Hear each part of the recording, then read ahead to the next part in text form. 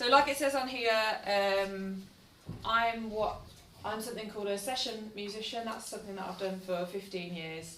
And I absolutely love making music in different ways. So I'm going to talk about that. But I also run a charity and work with young people. So I will talk about that too. So there's sort of two roles that I mainly do. A description of what my job entails. So, performance and session work. I play the cello. Does everyone know what a cello is? Yeah. And I learnt classical music when I was young, but it didn't really feel like necessarily the right thing for me, and I was always a bit unsure about where I would fit in. But I do love the cello. I just love it more now because I found a place for me in the music industry that sort of works for me, and I also sing as well. So I have been going into studios, recording on people's albums, playing live shows, basically anything to do with the music part. I'm up for it. I love it. I think it's the best. So what a session musician is someone will pay you to come and add something to their song. That can be in different ways. So they might write out some parts for you and you will play them, or sing some backing vocals, or you will essentially nearly join the band and you might go on tour. You might do it once at a big show, you might do it at lots of small shows. It's just so many different ways you can do it. Like it says on here, I've picked 3 of my favourite shows that I wanted to talk about. So I was in a band, in a girl band for a few years with my best friends, and it was really fun and I loved doing it. And we, I think we were pretty good. We liked the music we made, and that was the part of my career that was for me and that I really loved. And we would write songs together, we would sing together, play instruments, and we toured lots of times and played lots of shows. And one of the last shows that we did was at Sheffield Arena supporting another artist. And that was just a really big, fun show to do. Felt very scary, very nervous about it, but it was really great. And it was really weird holding a microphone in an empty room before the audience came. You could just hear it just reverberating round and round and round. I felt pretty, what's the word? Just, it was just great. Has anyone been to Sheffield Arena before? Yeah, a couple of you. It's quite scary. And that is not the only arena show I've done. Does anyone know an artist? You might be too young. An artist called Giggs. Yeah, you're probably too young. So he's sort of named the godfather of grime, and I love his music. I never thought as a cello player I'd get asked to go and play for him, and I went to London to play this show, and I had my own dressing room because I was the only woman out of a crew of hundreds, and next door was Giggs, and I drove down. My rider was Diet Cokes and sweets, because you get lots of free stuff when you do gigs, which is great fun. And I sat in a room, and then I went and played to, 20,000 people, and none of my family were available to come and watch me. I was all on my own. And then I went out into the audience to watch the rest of the show, and I stood there, and Stormzy was next to me, and I tried to play it very cool, and I was just like this the whole time. But it was really, really fun, and I had a great experience. And then I just drove back home, and then I went to work the next morning like it had never happened, and it was just really wild for me, but I loved it. Giggs, probably not a great artist to suggest again until you're a bit older maybe, but he is a fantastic musician. And then Howl and the Hum is a totally different genre again. Does anyone know, has anyone been to York before? Yeah, a couple of you have been to York. It's got this massive minster, but it's beautiful, it's huge, and it has loads of, you get loads of reverb, which sounds so good in that building. And I played a gig in there with some of my friends, and it was just really, really fun. And that was a special one for me. That's in my top 3 because it was at the end of lockdown. So I hadn't played a gig in, how long was lockdown? A couple of years, I guess. And then this first one back, we were all socially distanced, and then for the rehearsals, it doesn't matter if you can't see my face, you don't need it. And then we were actually allowed to sit together and play music, and it was an amazing moment. I'm not sure how old you guys would have been through lockdown, but you probably got your own feelings of when those restrictions were lifted and we all got to do things together again. For musicians, it was really hard because we didn't earn any money and we had to still pay our rent, and it was just a really tough time, and I think we've all been recovering since then. So yeah, that stands out to me. Shall I play something so you can see what I'm talking about? Yeah, I love to play at festivals in the summer. It's really fun. You can camp there. You're just hanging out with your pals, having a good time. This is my band playing a really sort of slow, sad song, so it's not going to get as vibey for a Friday afternoon, but you can sort of see the kind of stuff I do. There's something called BBC Introducing, which is amazing. I don't know if you've heard of it, but basically loads of the biggest artists in the country have gone through BBC Introducing, because what they do is they listen to lots of songs from people in the area, then they play it on local radio, then they play it on national radio, and then sometimes you get shows from that. So my band have had lots of plays on various BBC radios, and for one of the records that we did, we got quite a lot of Six Music and Radio 1 plays, so that meant we got to go and play at Latitude Festival on this stage, and it was the first time we played as a band with our new guitarist and keys player, so it's a little bit ropey, but I'm sure you can all forgive me. So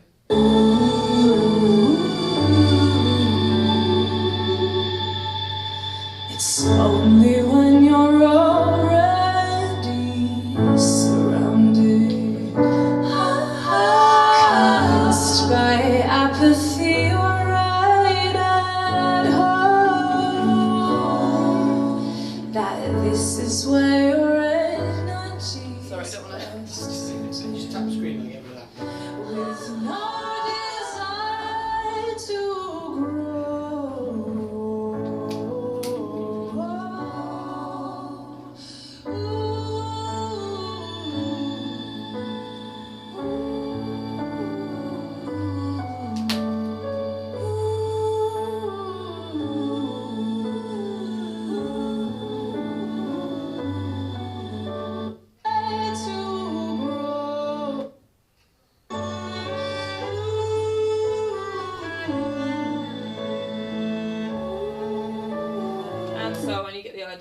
So that was a really great show for us because we got to play on, got that radio play, and it was just really fun. Yeah, our lead singer loved to be at the front, and that was her thing. We liked to be in the background, but we still work together to make it work, and that's okay. Sometimes certain bands, obviously, they have everyone up front and going for it. You can do it in different ways.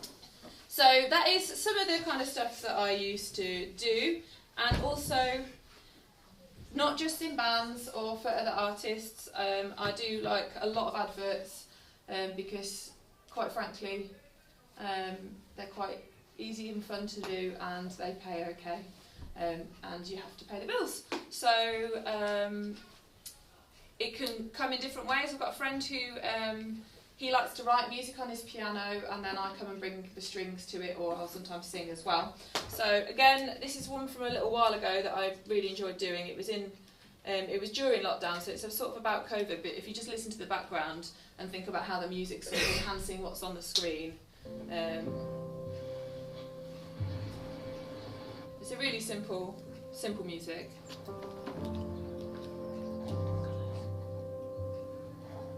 Okay, ready. One day, I will tell you there are no new cases.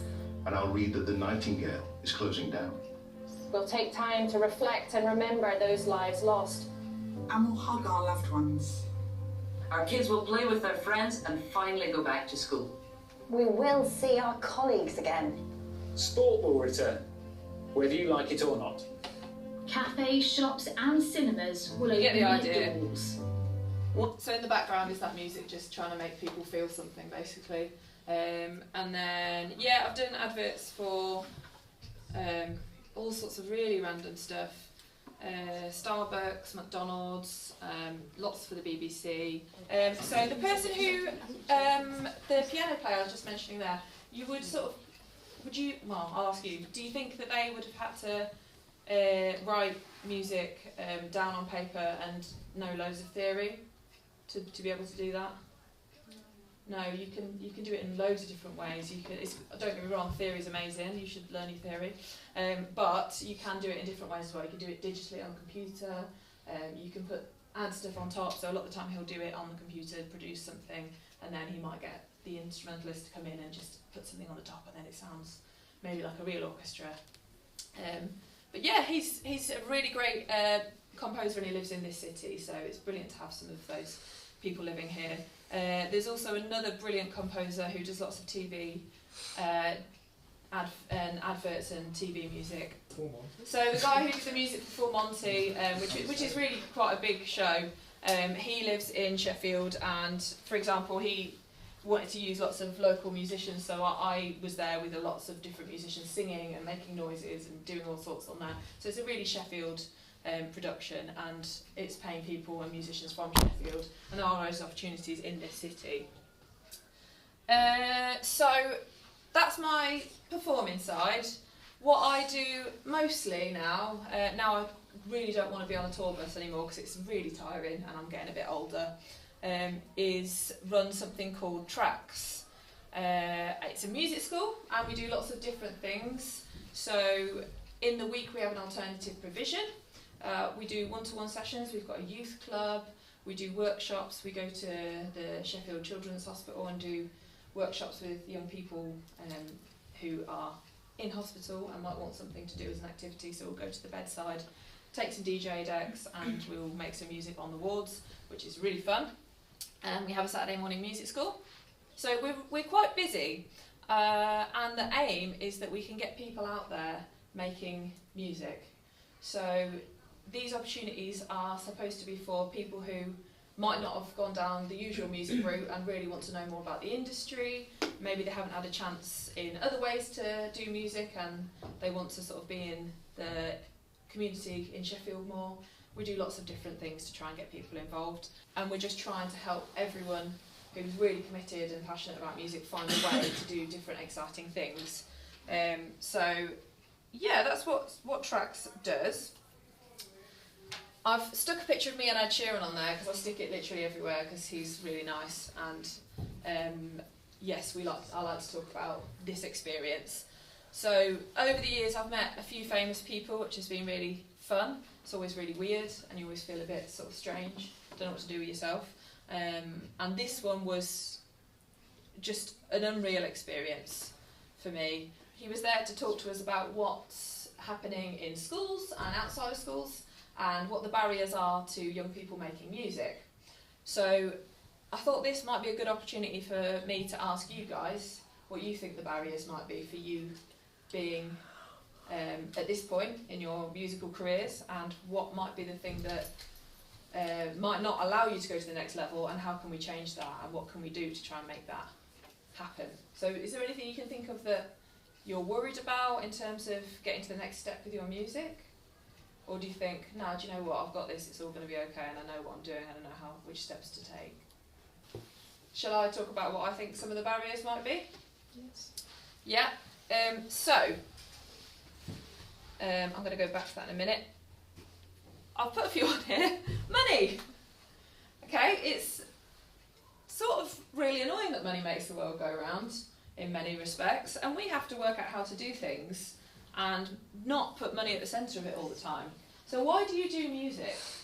It's not all about making a career out of music. The main thing is that you enjoy it and you want to do it. But we're talking about barriers just at this moment. So money, how does money affect music and careers and making music? Has anyone got any ideas? That's a very, very obvious one, yeah. Buying an instrument. If you want to play guitar and you can't afford a guitar, that's a barrier. That's something that's stopping you doing it. What else? Yeah, paying for lessons, it's expensive. Yeah, anything else? What about moving along a little bit? You're doing the career as music. Is there like an obvious job, like that pays 9 to 5 and you get money in your account at the end of the month? Yeah, there is, but they're not always told. You don't always know about them, do you?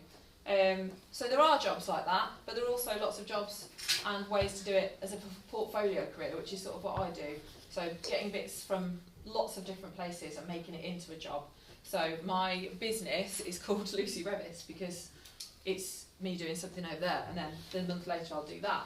And for many years I would go, oh, I'm going to go on tour for a month, and I'll have no work for a week, then I'll do a session for a day, and the next day I don't know what I'm going to do. And it was like that for a very long time, but you just have to try and work it out.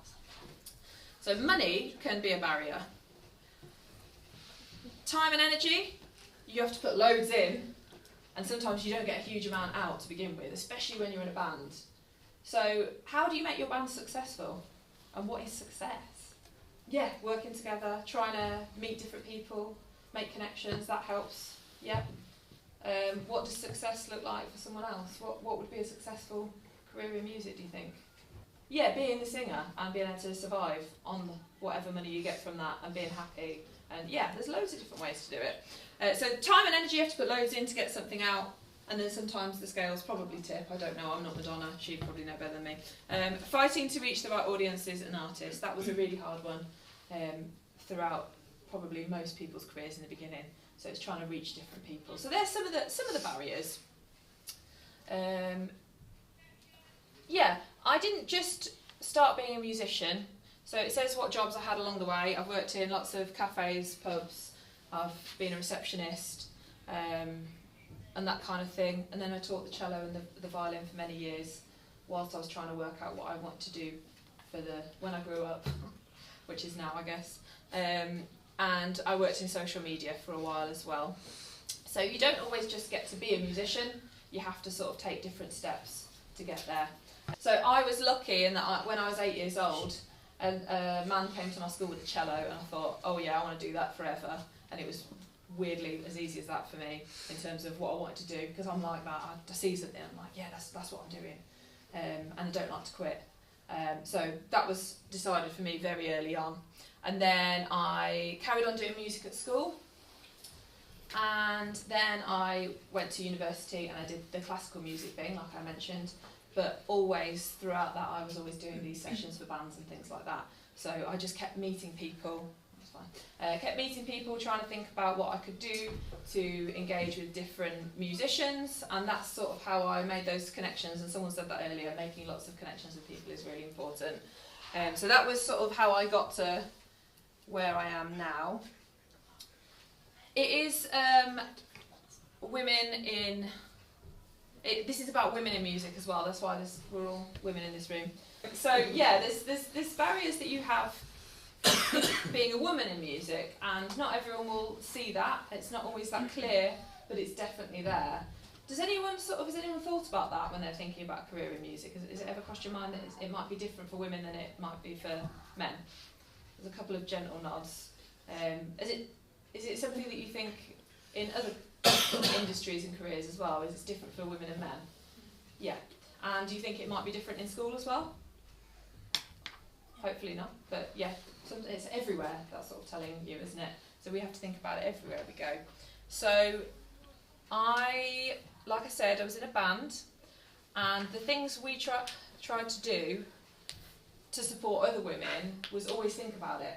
So when we did shows, we would mainly have support acts that were other women in bands. That is something you can do straight away. If you get a platform, so somewhere to perform or be on the radio or talk to other people, always think about how you can help other women. So that's something we always made sure we did. Yes, there's lots of occasions where you can see how difficult and different it is and how people perceive women in music. So I'll just talk about a couple of examples just to give that some context then.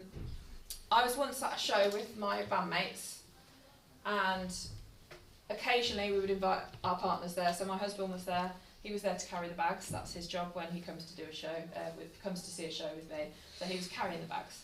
And he was sat down in a corner, just with all the stuff around him, just not doing anything. He's probably sat on his phone. And I was holding an instrument and plugging it in.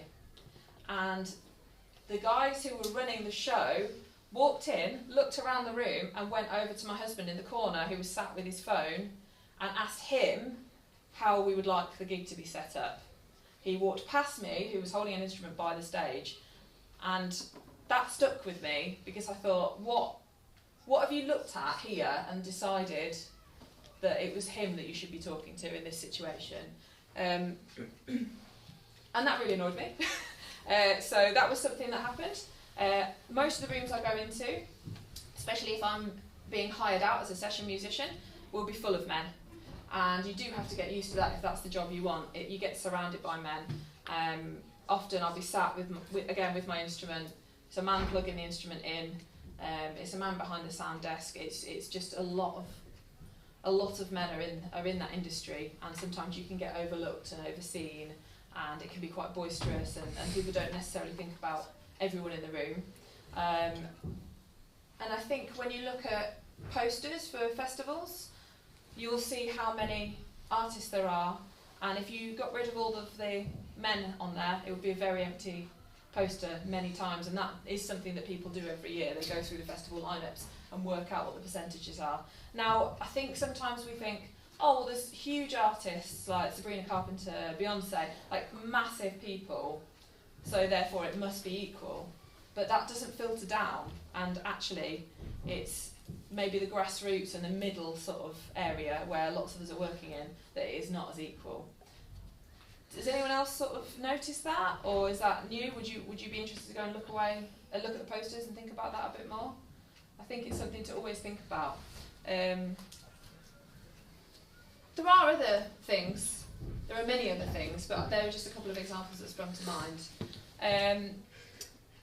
So yeah, when we're looking at working with younger people, at my music school, even though I am the boss, I'm a woman, the second person who runs the organisation with me is also a woman, and lots of our staff are women, we still have more boys and teenagers putting themselves forward, and they are stepping in front, and they were they have the loudest voice, and often that means that they are the ones who get the opportunities because they're putting themselves forward. Do you notice that at school? Sometimes? Some of you nodding, yeah.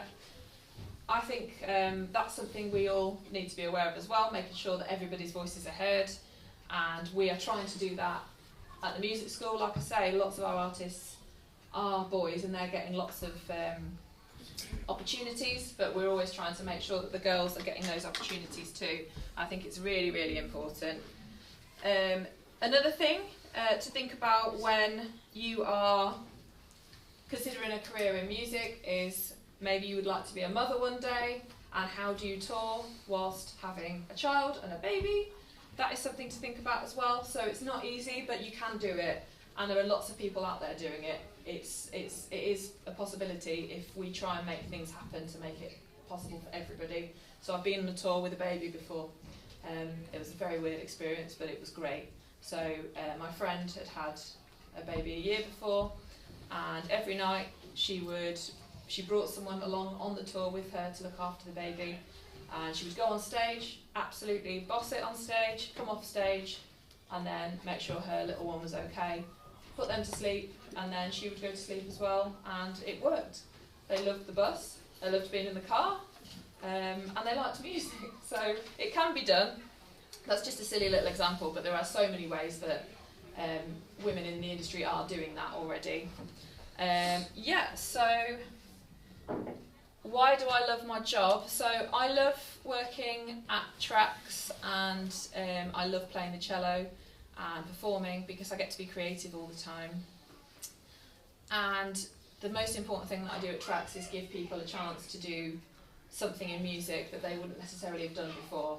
So trying to think of something like helping them write a song, building their confidence to the point where they'll perform that song, then we record it, and then we go to a stage. It's really clear, but it seems like a really simple process, but it takes a lot to get to that point, and it's such an amazing feeling. That's sort of what I've done over the years, very sort of shortened version, but I would highly recommend being a musician because it has been the most amazing thing that I've got to do. I've loved travelling around in different countries, this country, meeting lots of different people, writing songs, and yeah, it's the best. So please be a musician. I think it's time for some questions now, if anyone has any. Plans for the future. So I would love tracks to help more people. So I would like to go and do different projects in different places and make it bigger. But what I would absolutely love to do is get us to bigger stages, make people have songs that get on the radio, and just find some artists, some young artists like you guys, that would be ready to take it to the next level and watch people grow and see their careers flourish, because I feel like I've had my time to do that, and I would love to see who's going to be next and see if I can help them. I think it can be really hard to make that decision, because I think sometimes people say, well, you need a proper job or a proper career or something that's a little bit more focused.